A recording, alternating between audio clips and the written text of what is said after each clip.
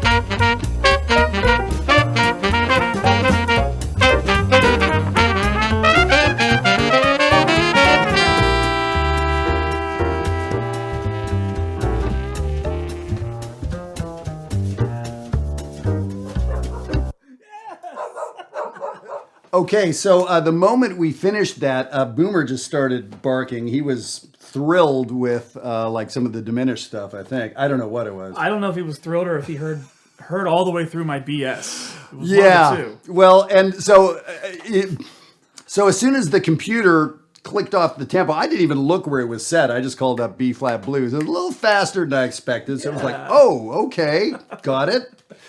Check. So, so I remember, playing the melody. This is a melody I've played a lot of times. And it was probably midway through the first chorus, if not into the second, it's like, oh, I guess I should be listening to James.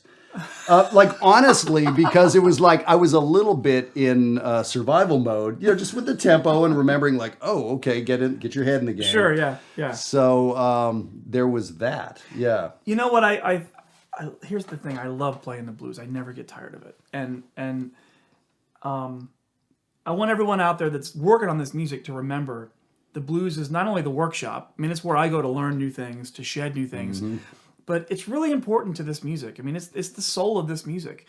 So I think what's so much fun for me, playing with a great player like Jeff, hearing somebody who's mastered this language, we're both playing in this medium, this vehicle of the blues, and we're super comfortable with it, right? We don't have to think about the changes.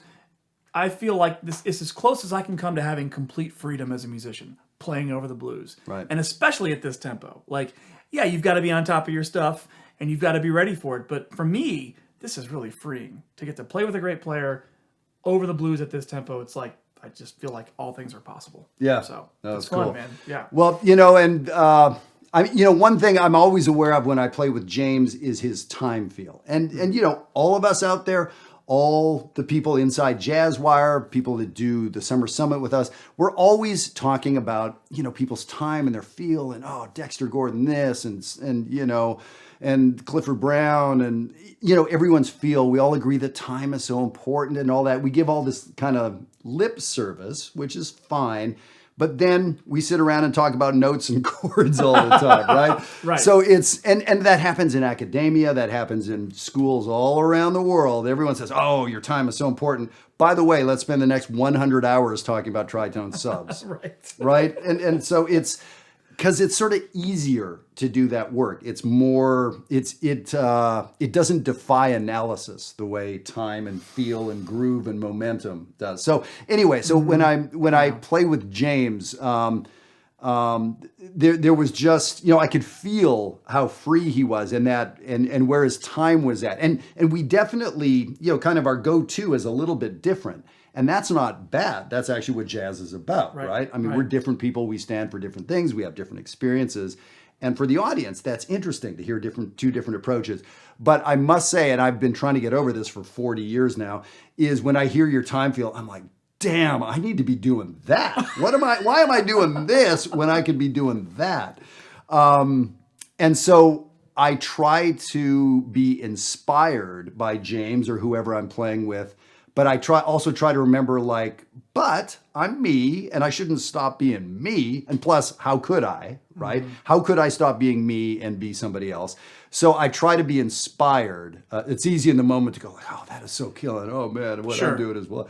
We can go there. But so playing with you is fun because I'm always reminded that over the fence, there's this thing that I dig. Well, man, you have such a great time feel, too. And what I've always loved about your time feel is your swing is so, it's like grounded and fluid at the same time. I don't know how the heck you do it, but I always feel like I land in the same spot all the time. I feel like you're able to move that thing around, but it's always right in the pocket. So I love really feeling that time feel in your playing. And the other thing, he was just saying we talk about chords and scales and notes too much, but look, it's part of it. Yeah. And I've never come away from a time playing with you where I didn't feel like you pushed me to play something harmonically that I would normally be afraid to do. Cool. And I don't really get very adventurous harmonically. I stay right in that bebop lane. But I know I played a little lick at some point at the top of a chorus that, had some fourths in there, which I don't do very much. And I know I did that because I heard you really exploring that kind of a sound. It's like, come on, James, put your big boy pants on and like maybe stretch a little bit. So Cool. you always push me harmonically and melodically, and that's what's great about this sort of a thing. That's awesome. Somebody sent me, and shout out to Unjin, good friend and partner.